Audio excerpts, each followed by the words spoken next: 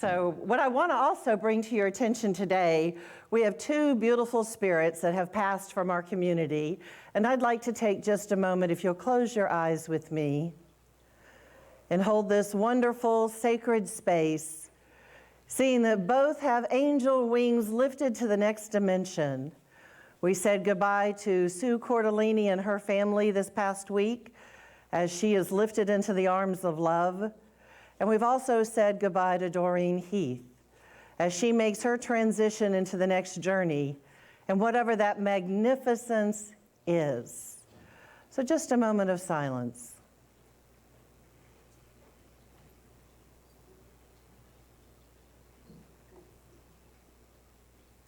We see both of these beautiful ladies lifted up into the spirit that they've always been. Always have been, always will be, and we are so blessed that we have known them. So with that in mind, I'm going to introduce Kimmin this morning to be our platform assistant, and we will get this started. Kimmin? Today, our prayer chaplain is Judith Overcash, and she will also be reading the daily word. Our musicians today are Ray, you've already been uplifted by his beautiful music, and David Powers, who is also with us today. Our ushers are Gloria and Bob Sachs, and we always thank our hardworking AV team, Rob Earhart, Mark Blair, and Ryan. So thank you for being so faithful to that ministry. I just wanted to say a brief word about our prayer chaplain ministry. You probably know that I am the coordinator of the prayer chaplain ministry. This is my 6th year serving as a prayer chaplain. And if you are looking for a way to advance your spiritual path and serve your spiritual community at the same time, I highly recommend the prayer chaplain ministry. I had zero prayer life, really, even though I'd been in Unity for many, many, many years. And one of the commitments that a prayer chaplain makes is to develop a regular prayer and meditation practice of their own. This has made all the difference in my life, and it always is an honor to be asked to pray with other people. You don't know how to pray? That's fine. We will teach you. And then you will grow in your own capacities in prayer. Thanks for listening. Well, you will perhaps be glad to know that all of the slots for Dinner with the Rev and the board have been taken up for the next 2 Wednesdays. Now, there could be a clamoring for more, so I'll just leave that open as it is. Now, there's something that we did talk about for a couple of months, and then it just happened. And I know that it didn't just happen because Rob Earhart and our youth ministry made it happen. But you might not have noticed the water fountain out in the foyer is now capable of filling up cups or vessels of any kind. And it is just amazing. You just go over there, you don't have to do anything, you just put your vessel down, and down comes the cold water. It's just a lovely thing. So try it out. I think you will be happy you did. Thank you, Rob, and the youth education team. Well, I'm going to tell you about our regular offerings, and there is one that just happens once a month, and that's movie night with our par excellence producer, Mark Blair. Now, way back in the 60s or 70s, you may have read Jonathan Livingston Seagull.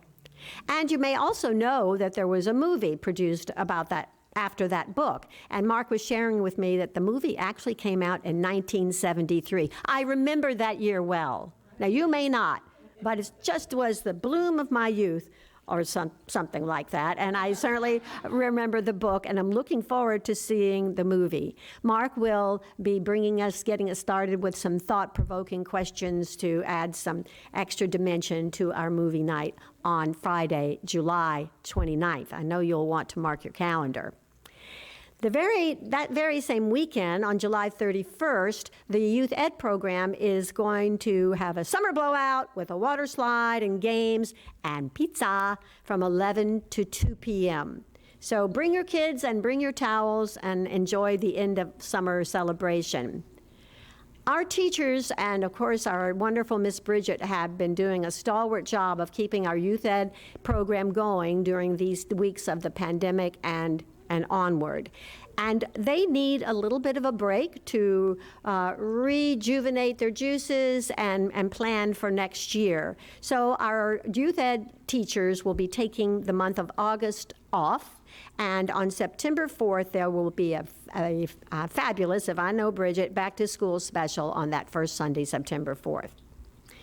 Our weekly scheduled events are Wednesday, 10 a.m., A Course in Miracles, led by Conferlete and Alicia. This Wednesday, July 30th, right after the Supper with the Rev, is Pauline and Deborah with Singing Bowl meditation and Reiki. Thursday mornings, Linka leads us in gentle yoga at 10 a.m. Now, do you get the Palm Harbor Pulse? I do, every week. On Wednesday, it comes into my mailbox, my email mailbox as it is. So please, even if you don't look at your email every day, please look on Wednesdays so you can keep abreast of all that's going on in our wonderful faith community. You will be able to follow a link to see what the board is up to. Yeah, what is the board up to? Plenty.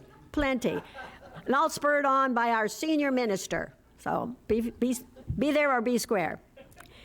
Also, watch your regular U.S. mail. Our senior minister will be sending us a State of the Church Affairs letter, and she wants us to know, and I want to support that appreciation for everything that people do here at the Unity Church of Palm Harbor. So now we are going to join together in reading our mission statement. Our mission at Unity of Palm Harbor is to advance well-being by sharing compassion and inclusiveness with spirituality and integrity. Now we will have our congregational sing.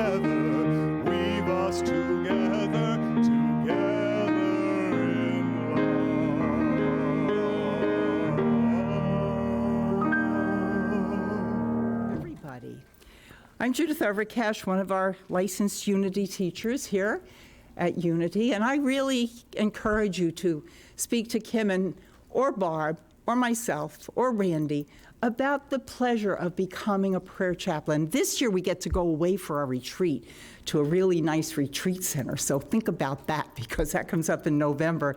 And it's always fun to go to a retreat center that has kayaks and canoes and just a spirit of love like this campus does. So yeah, step forward.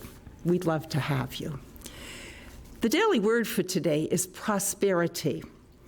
Prosperity, and the opening affirmation is, I joyfully share my prosperity. But as a community, I'm going to say we joyfully share our prosperity. Those who tend a garden know there will be an abundance of fruit, vegetables, or herbs to share at a time of harvest.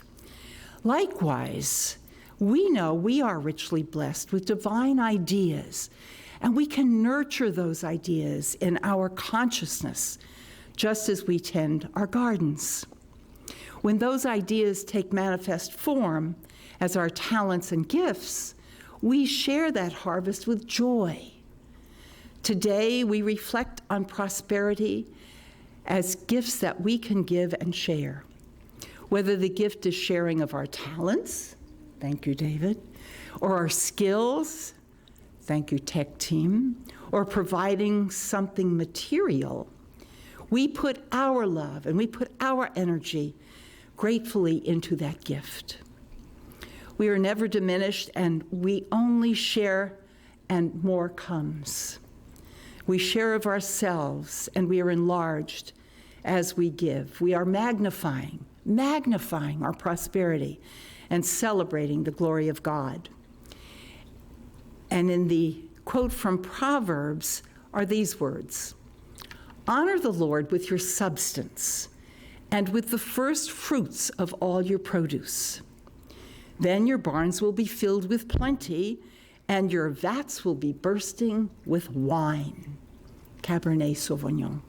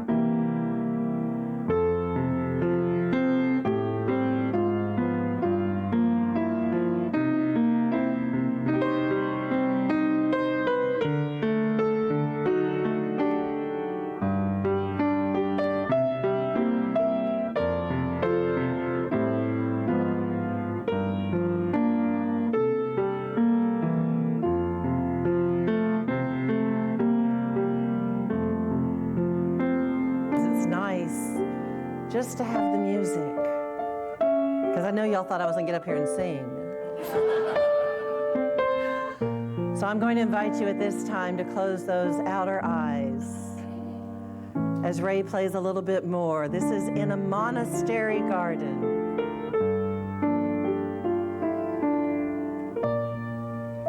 Just breathe in and out.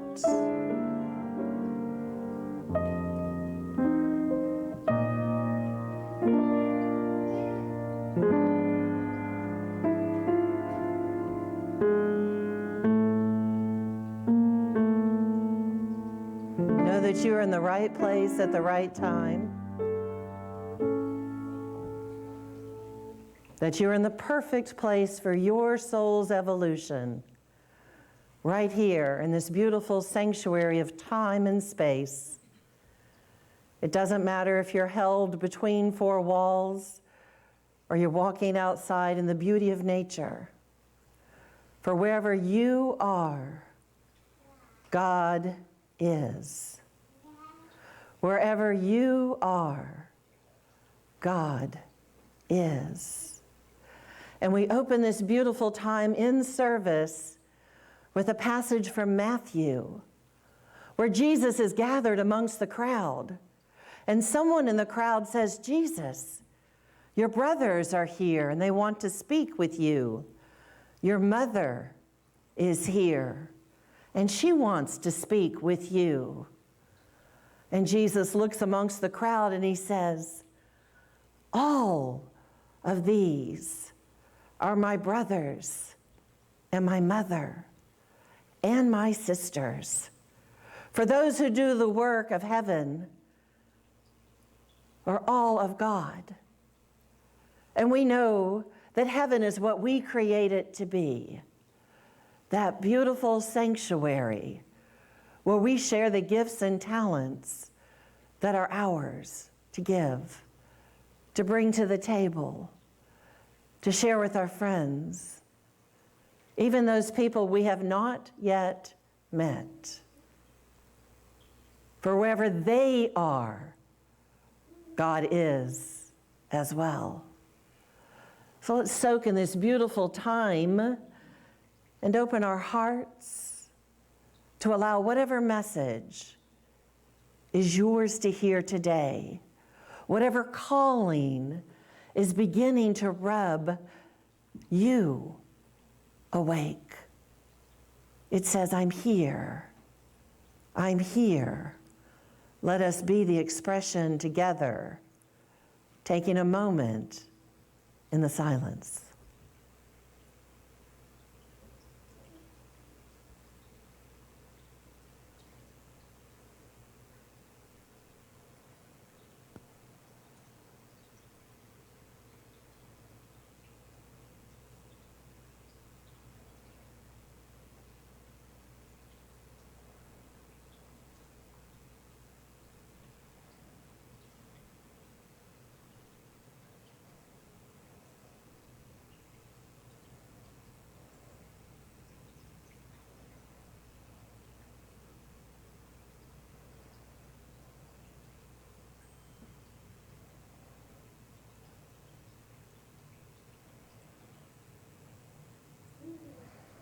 In your mind's imagination, see a garden before you. See what you might plant, what seeds, so that when they become fruition, your divine ideas are shared with the world. They may be small or they may be grand. For each person here has a purpose, a divine purpose. If you did not hear a call while your eyes have been closed, be aware that it may come at another time when you're less focused on the outcome, or you're just gently in the throes of whatever your life holds. Be open to that message. It's just prodding you along a little bit more, asking if you're ready to receive, asking if you're ready to step into that next divine purpose that is specific to you, for you, to be shared with the rest of us. And we're so grateful for these gifts, the ones that we know and the ones that are awakening us today. And for that we say, thank you, God. Thank you, God. And so it is, and so we let it be. Amen.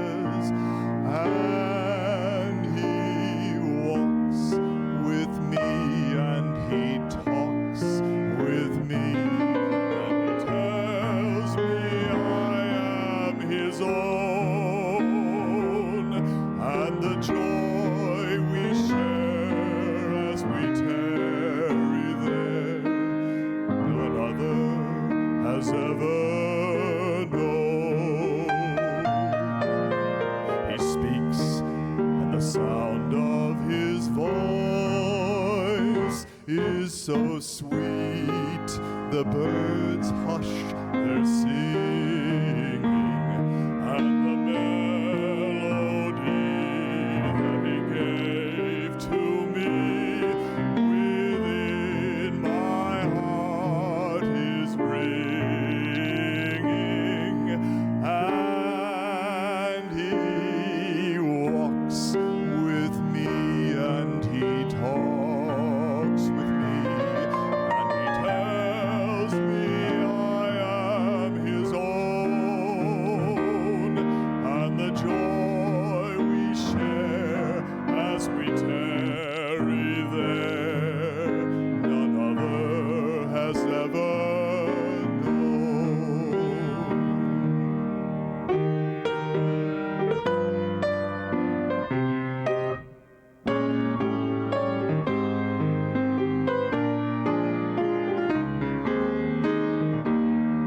I'd stay in the garden with him, though the night around me be falling. But he bids me go through the voice of woe. His voice to me keeps calling, and he walks with me, and he talks with me, and he tells me I am his own, and the joy we share as we tarry there, none other has ever known.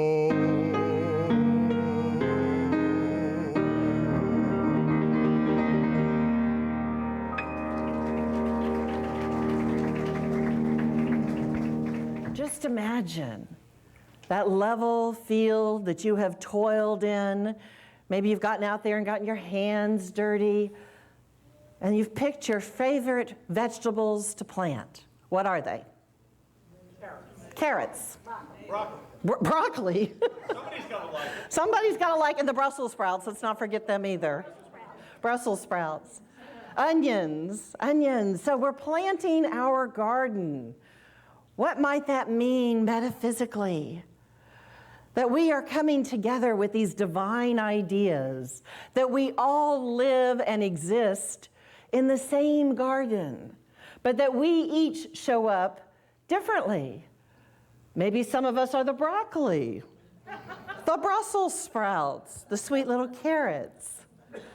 So you and your path in life, when you get your guidance, we're looking at a book called Callings by Greg Lavoie, and Reverend Marilyn, or Revelyn, as some of us know her to be, is teaching on Mondays and Tuesdays, and she's asking us to go inside and listen to the things that Greg shares with us and hear that calling.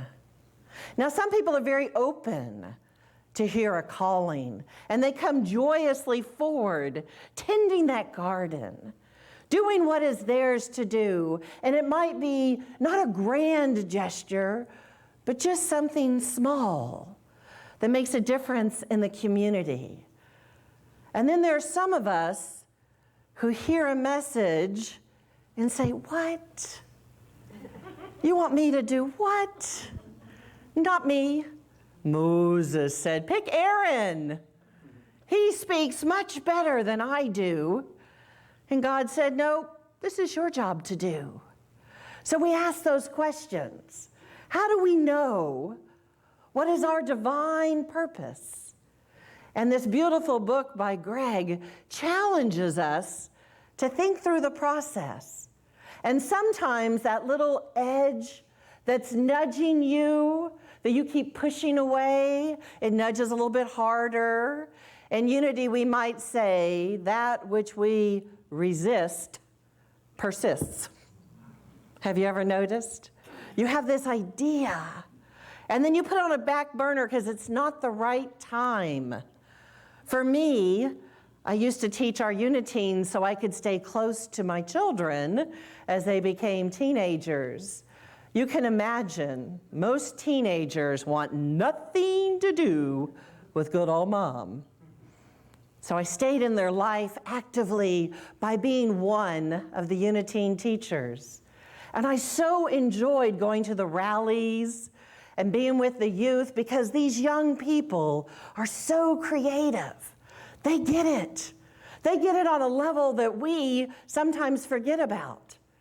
I think when we speak of the Lamb in the Bible, we're talking about the innocence, that which has not been jaded yet. So our youth come up with these ideas that refresh us. And I thought so deep and hard about that I decided I wanted to become an ordained youth minister. And at the time, Unity had a program about that. And my kids in that age were 12, 13-ish. I was a single mom, and I had that conversation with my earthly father, who said, "You can't support children on a minister's salary, get real." So it wasn't my time. I didn't leave Unity, that was my teachings, that was my practice. And I had some growing up to do. Kids forgive almost anything. No matter what I did or said or how I showed up, we were in a safe space together. But I still had to learn about you adults. I need a little more experience that I could have the confidence to stand in front and share Unity teachings. So it was another almost 15 years before I watched my minister become ordained and I got my own calling. And this time it was the right time. That little plug had been simmering on a back burner for almost 15 years. But I was heavily inundated in my worldly life. And it was a good life. And it provided well for my family. And then I became an empty nester. And my banking career was changing form. And I was so ready for it to change form. And I began talking with adults and leading workshops. And I came here during the ministry process and did a workshop and stayed with you guys for 3, almost 4 months. And the path became affirmed again and again with the richness of people coming into my life. And they were saying, yes. I had made the commitment to go through the process, but I still didn't know exactly what it was going to look like. There is a young woman from Sweden, and she decided somewhere around 17 years old that we were not taking care of our environment. She talks about climate change. She talks about it with such an earnestness that it brought her to her knees when she was 11 years old and heard for the first time that the polar bears were dying because the ice caps were melting. Now, what you may or may not know about beautiful Greta Thunberg is that she has Asperger's. So she processes information differently from a lot of other people. So just imagine, you get a calling. You get a divine calling. And you are who you are right now, seated in this area or online. How much harder would that calling be if you didn't see things the way everybody else does? What if you were Greta and you were so unhappy with the news you were getting that at 11 years old, she quit eating? She quit eating and it stunted her growth. Her parents were so concerned about her that they hospitalized her. And she couldn't process the information like her friends in class who went, "Oh, that's too bad," but they kept going. She took that so deeply in her heart space that she stopped talking for almost 3 years. Now, can you imagine, as her parents, they wanted their daughter to be healthy and whole. What can we do to help her see another way of existing and living in the world that she can accept? Because she didn't process information, like everybody else. Her mother is a famous opera singer, travels all of Europe. She stopped flying on airplanes because of what jet fuel does in the atmosphere. And Greta perked up. They changed their heating system to solar panels. And Greta perked up. They almost quit eating meat. And Greta perked up. She saw another way of being in the world that was going to help what had hurt her heart so deeply. So at 17 years old, she stands outside of Parliament, and she skips school that day, and she holds a single sign, simply saying, "Save the world." One little girl, 17 years old, made a difference. Made such a difference that she now speaks in front of groups like the Pope, the President, world climate change activists. And they said that she doesn't still process like other people do. So people have come at her, disparaged her, told her what she says is not true. And maybe it's a blessing that she doesn't process the same way everybody else does. Because like we are taught in our own teachings, when a divine idea comes to you, it is your job to be persistent, not to listen to all these other voices out there that say, you can't do that. We've been trying to do that for years. Nobody's listening. Well, she didn't hear that. And within 3 years, she had millions of people also showing up, actively having a voice about climate change. One little girl who almost didn't survive her own dark night of the soul. She didn't come out guns blazing. She made a simple statement and stayed true to her calling. Time magazine called her Person of the Year in 2019. I want to read a little excerpt on this. And remember, it's not so much about what she has been called to do, as it's her courage to take the stand and do what is true to her, for her, and saying that she says this is how we're going to help the world. So she's playing a bigger role than just having this dream. And I want to share what Time magazine said. Greta sits in silence in the cabin of the boat that will take her across the Atlantic Ocean. Inside, there's a cow's skull on the wall, a faded globe, a child's yellow raincoat. Outside, it's a tempest. Rain pelts the boat and ice coats the decks. And the sea batters the vessel that will take this slight girl, her father, and a few companions from Virginia to Portugal. For a moment, it's as if Thornburg were the eye of the hurricane, a pool of resolve at the center of swirling chaos. A pool of resolve in the center of swirling chaos. In here, she speaks quietly. Out there, the entire natural world seems to amplify her small voice, screaming along with her. She simply says, we just can't continue living as if there was no tomorrow, because there is tomorrow. That's all we're saying. And as she moves forward in her drive and her stamina and these invitations to come speak all over the world, remember, she's only 17. Today she's 19. Where were you at 17 or 19 or 58 or 65 or 83? When the divine calling comes in, sometimes we push it away because we're afraid of our own magnificence. Who's going to listen to me? Did you ever have that still small voice as a child who said children were seen and not heard? That what you had to say didn't matter because the adults were running the world? And now we're those adults. And we still get callings and we get desires. And we have to know what is ours to do and step into that world of yes.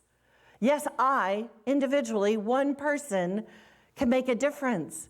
Because in what I'm thinking about attracts a like energy. And those people who think the same as I do or similar, they might join whatever it is that I'm thinking about. That we can make a strong difference in the world. I want to share a little piece about her Asperger's syndrome because she may have a challenge that many of us don't. But what we might think about is there any challenge that is holding us back from doing the work we're meant to do? In this particular article, she's 16 but looks 12.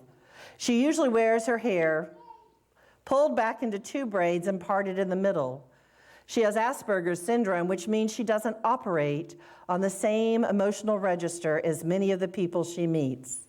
She dislikes crowds, ignores small talk, and speaks in direct, uncomplicated sentences.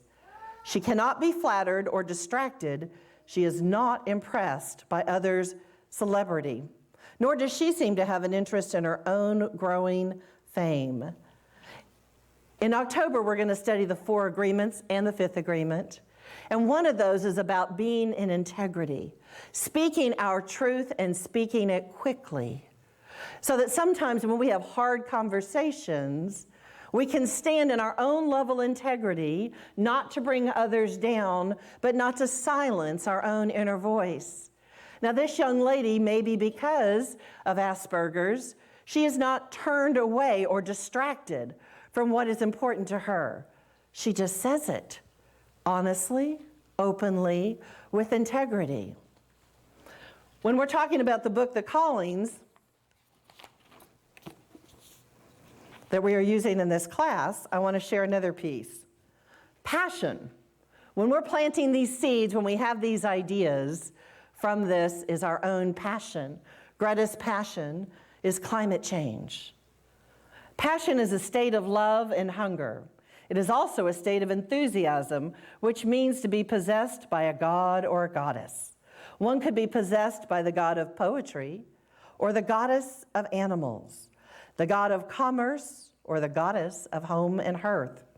If we imagine the calls issue from the gods, then we are as close as we will ever get to them, the call and the gods, when we are enthusiastic. When we are enthusiastic, when something grabs a hold of us and you don't hear anybody making fun of your ideas, you are persistent, you hold true to them. We move toward a kind of divine presence because through our passion, we are utterly present. We are utterly charged and focused. We are oblivious. We forget ourselves, our troubles, and our day-to-day living because we hitch ourselves to something much, much bigger.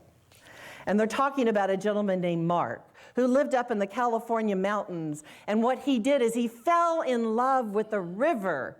And with Mark's love for a river, he had no idea that one day he would be an activist to save the river.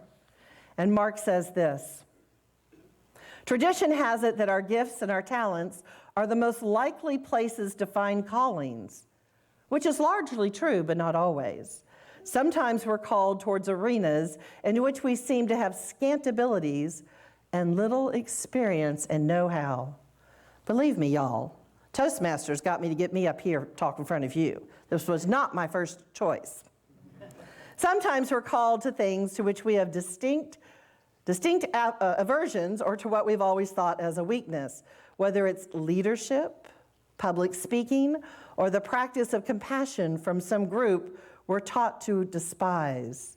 A passion is not necessarily a talent. However, there's no telling where it may lead. And the river called to this gentleman named Mark, he said, to go out and defend its honor. All love will eventually do that. Will call on us to go to the front lines in behalf, to testify, to serve, to be faithful. We're love's heroes. When we talk about the definition of God, we often use the word love. That means we are God's heroes. We are the voice and the expression of how we want to create the world we choose to live in. We are God's heroes. This gentleman said,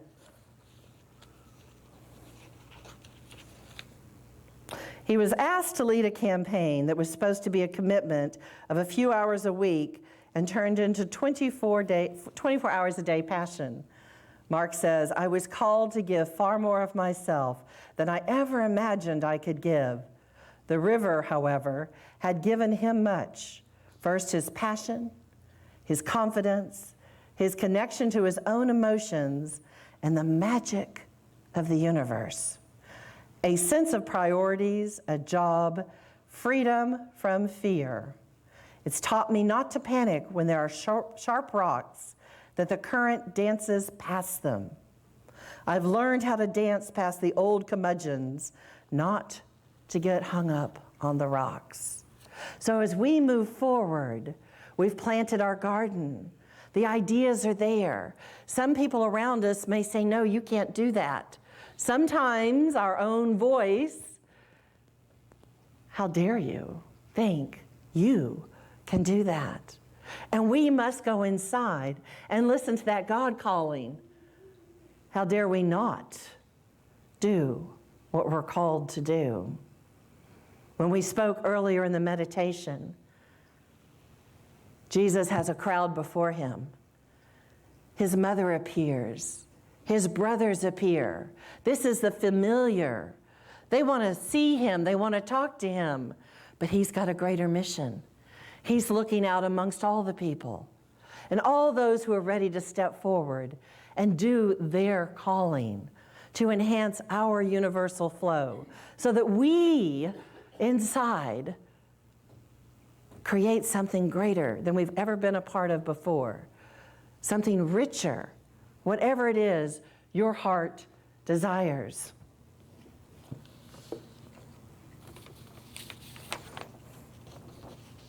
So we can wake up in the morning and we can say, this is a great day. I'm going to do magical stuff. I'm going to change myself first before I go out into the universe and be something of a grander plan. Or do y'all remember the old donut commercial? The Dunkin' Donuts man? Do you remember with the alarm clock that goes off in the corner? Ring! And his wife snoozing beside him, and it's dark out, and he stumbles out of that bed. Gotta go make the donuts. Gotta go make the donuts. It's not even 5 o'clock. Do y'all remember that commercial? No? So the Dunkin' Donuts man, he's going in the house because it's the end of the day. He leaves the house because it's first thing in the morning. And their commercial, he's like going and coming. Doesn't know which end is up. Gotta make the donuts. I would liken that to Winnie the Pooh and Tigger and Eeyore. Eeyore, nothing was ever good enough. And then you had Tigger. I'm gonna have a great day. Everybody join me. Let's get out there and make something fabulous happen. And maybe, for some of us, we might be more of a Greta or a Mark. That as we plant those seeds, we just start of our own accord first. We follow our own belief system, that inner guidance that comes in and through each one of us. And then, like energy attracts, and we can build upon that. So I invite you to close your outer eyes at this very moment. In that pure space of joy and light and harmony, be God's hero. Whatever that means for you. First inside, and then outside. Be that hero. And for these beautiful blessings, we say, thank you, God. Thank you, God. And so it is, and so we let it be. Amen.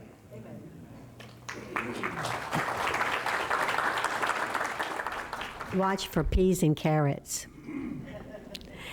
And you at this time in our service when we have an opportunity to give back to this ministry.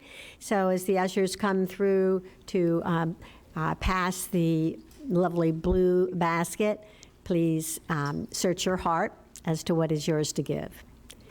We will start with our offertory prayer. So let's say it together. Divine love through me blesses and multiplies all that I have, all that I give, and all that I receive. Thank you. Make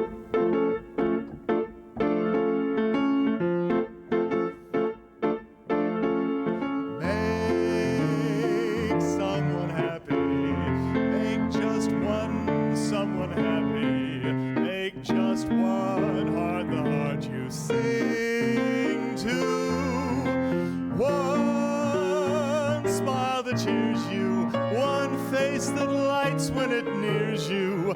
One girl you're everything to. Fame, if you win it, comes and goes in a minute. Where's the real stuff in life to cling to? Love is the answer. Someone to love is the answer. Once you've found her, build your world around her. Make someone happy. Make just one someone happy, and you will be happy too.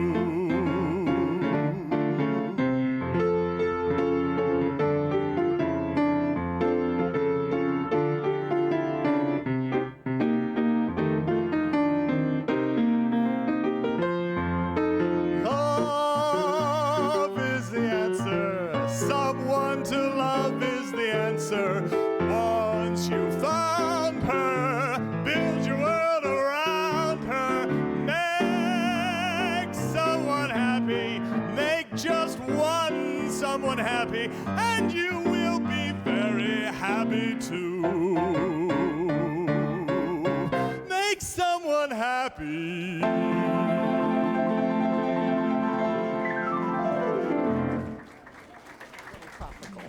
So now they're coming inside with us. You are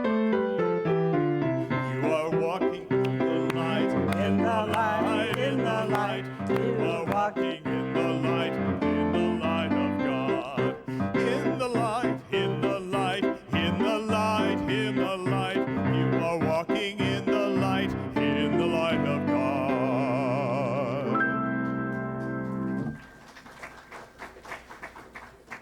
I wanted to share something with you guys since we're talking about prayer and going within, and it came up recently through some of the Unity media resources. So I want to talk to you a little bit about James Dillett Freeman and share where this comes from, and specifically what he says to us. He is a poet who has passed on now, but this is the poem that actually went up to the Kennedy, on the moon, went on the moon with the astronauts. But I want to share where this comes from, because oftentimes we say go within. So this is from James Dillett Freeman himself. Let me tell you how I wrote Unity's Prayer for Protection. When World War II was raging in Europe, we received many letters and phone calls from people caught in the conflict. But for a long time, we did not have a prayer for protection that we were all satisfied with. And this is how this one came about. Silent Unity has always written a special Christmas prayer just for the Silent Unity workers. And in 1940, I was asked to prepare the service. We had never needed a prayer for protection. But in 1940, we needed one. Think about what was going on in the world. So I wrote one too with the Christmas service. And what I wrote was a little 4-line verse. The light of Christ directs me. The love of Christ enfolds me. The power of Christ protects me. The presence of Christ upholds me. I had hardly finished this Christmas service before Silent Unity came to me again and asked me to write a protection pamphlet that we could send to the people, so I did. A prayer for wartime. They told me they wanted affirmative prayers for protection on the back page. Among these was the verse from the 23rd Psalm. Yea, though I walk through the valley of the shadow of death, I will fear no evil, for thou art with me. One of the young women who worked in Silent Unity was reading my manuscript as I wrote it, and as she finished it, she came up to me and said, "Jim, if I were a woman in England and they were dropping bombs on my roof, or if I were a soldier and someone was pointing a loaded gun at me, I wouldn't want to feel like I was walking through the valley of the shadow of death. Can't you do better than that?" So Jim says, "I thought, you want me to do better than the 23rd Psalm? You've got to be out of your mind. Do you hear a divine calling?" But rolling around in the back of my mind was this little verse I had written as a prayer for protection at Christmas. I had written it just for Silent Unity, but now it came rolling up to the front of my mind and demanded that I pay attention to it. It enticed me to see what I could do and what I could make of it. So I took the rhymes from it. I felt it would be more universally received if it was not a rhyme. Then I changed Christ to God. It had been Christ because it was a Christmas prayer, but I felt if we were going to send it around the world, that divine idea, send it around the world, God might be more acceptable to more people. So the little prayer became, the light of God surrounds me. The love of God enfolds me. The power of God protects me. The presence of God watches over me. Wherever I am, God is. I added it, the fifth line, and it first appeared in 1941. But then we reprinted it in 1943, and it appeared in the form as it has ever since. One more time. The light of God surrounds me. The love of God enfolds me. The power of God protects me. The presence of God watches over me. Wherever I am, God is. One little divine idea, one person can make a difference. Let there be peace on earth, and let it